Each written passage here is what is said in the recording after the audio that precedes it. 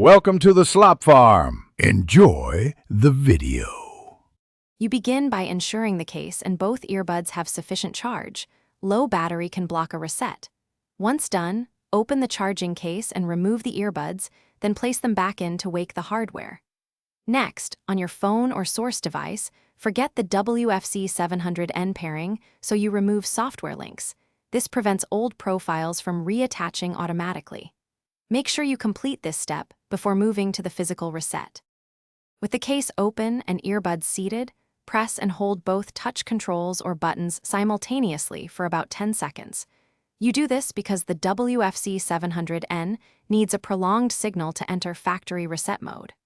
Once you see the LEDs flash red then blue and finally alternate, continue holding until they blink together. This indicates the internal memory is being cleared. After you release, wait 10 to 15 seconds while the earbuds restart and finalize the reset sequence. After the earbuds restart, close then reopen the case to trigger pairing mode. You should see the device appear on your phone's Bluetooth list. If it doesn't pair, power cycle your phone and ensure you previously forgot the device. Then repeat the reset. Sometimes the phone's cache blocks new pairings. If problems persist, fully discharge the earbuds in case, recharge to 50%, and perform the reset again.